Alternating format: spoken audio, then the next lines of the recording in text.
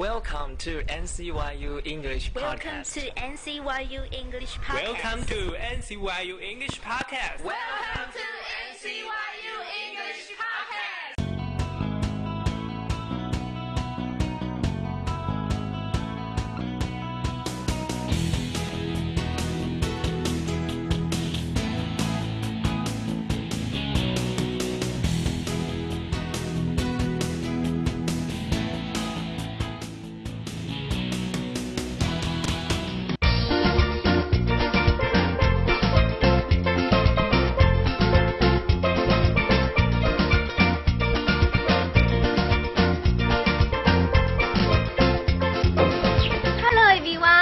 To the NCYU English Podcast.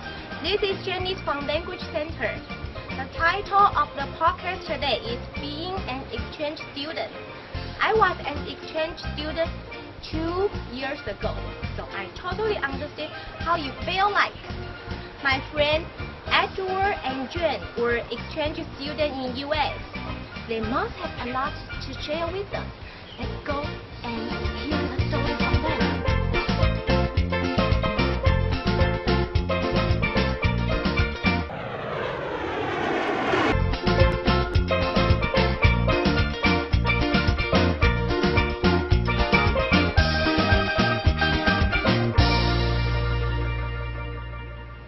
Edward, I heard that you were an exchange student 1 year ago, and also you spent 2 semesters in US. Would you like to talk about what kind of preparation we should prepare before being an exchange student? Yeah, of course. Actually, there are several things one needs to finish before one becomes an exchange student from NCYU. The application process is divided into 2 stages. The first stage is decided by the Department of Research and Development. One have to turn in the transcript to show their academic performance, and also need to turn in the TOEFL score report. So, after you are accepted by the Department of Research and Development, you will become the candidates for the second stage. The second stage will be decided by the universities you are applying for, and you also need to turn in 3 more things. The first one is your English autobiography, the second one is your English study plan, the third one is 2 recommendation letters from the professors in your department. And like after 1 or 2 months, you will know if you are accepted or rejected. Have you ever met some difficulties? Yeah, of course I did. There are 2 very obvious obstacles I encountered when I was in America. The first one is about the language proficiency.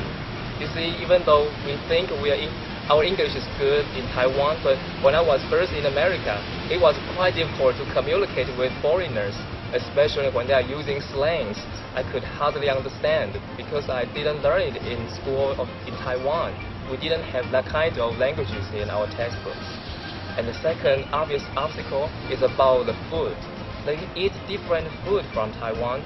They eat like very greasy food like French fries and deep fried chickens. And those things are very different for you, especially when you are a vegetarian. And also meat is very important for Americans. They eat like catfish, chicken, and steak all the time. So it may take you a while to get used to it.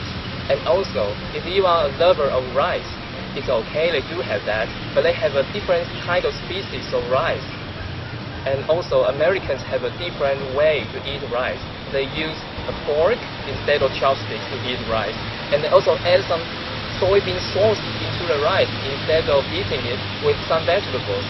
So it may seem sort of strange for you in the beginning.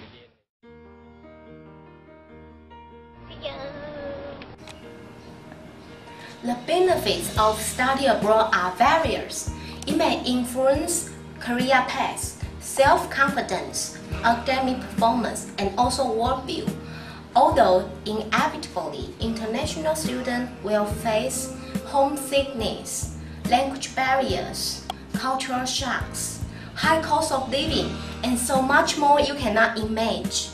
But I would still definitely suggest you give it a try, because you will have different life. Just as the saying goes, it will change your life and you will come back a new person.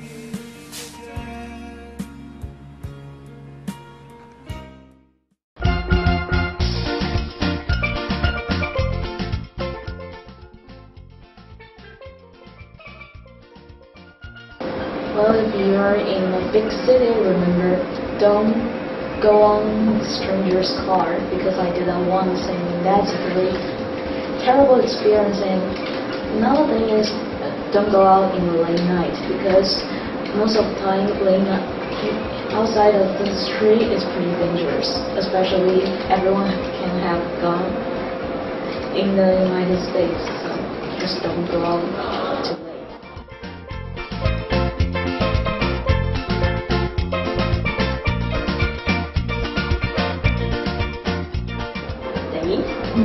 Well, I never did that, but I can tell you, don't make people think you are too, how to say that, easy.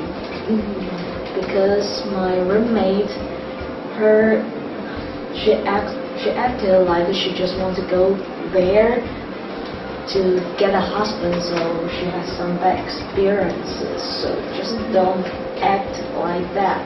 Because if you're too easy, people just treat you like, well, a prostitute, something like that.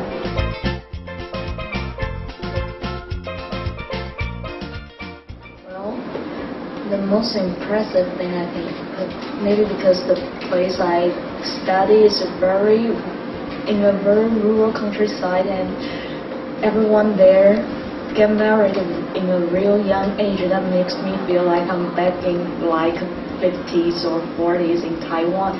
People may engage in around 16 or 18 and get married at around 20, but when I was studying there, I was 21, and I'm kind of too old to be single. So that's pretty interesting.